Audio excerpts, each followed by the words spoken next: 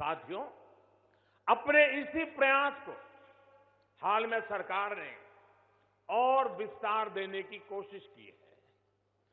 सामान्य श्रेणी के गरीब युवाओं को शिक्षा और सरकारी सेवाओं में 10% आरक्षण नए भारत के आत्मविश्वास को और बढ़ाने वाला है।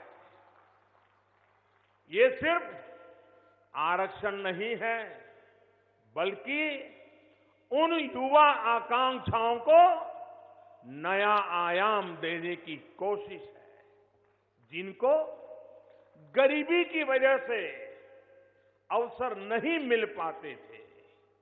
भाइयों और बहनों, बाबा साहब आंबेडकर द्वारा रचित संविधान में आरक्षण का प्रावधान किया गया था।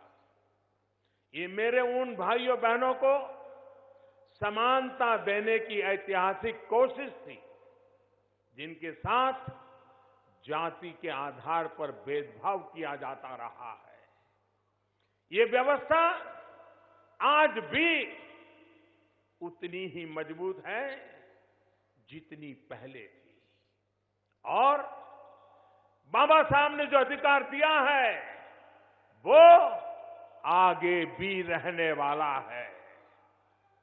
लेकिन अवसरों की समानता और सामाजिक न्याय को मजबूत करने की बात करते हुए सामान्य वर्ग के गरीब को नजरअंदाज नहीं किया जा सकता था।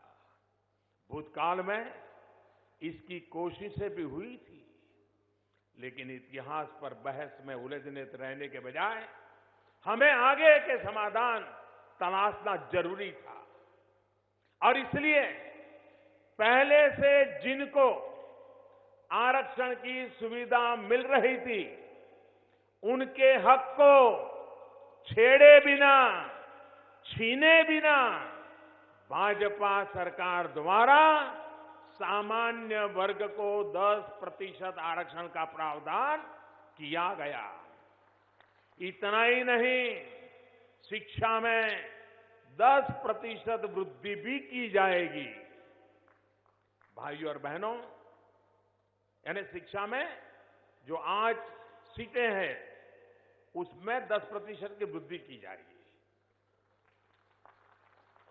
बहनों और भाइयों, सब कुछ इसी से ठीक हो जाएगा, ये दावा न मैंने कभी किया है और न मैं करता हूं, लेकिन ये भी एक रास्ता है जो सामान्य वर्ग के गरीबों को अवसर की समानता की तरफ ले जाता है।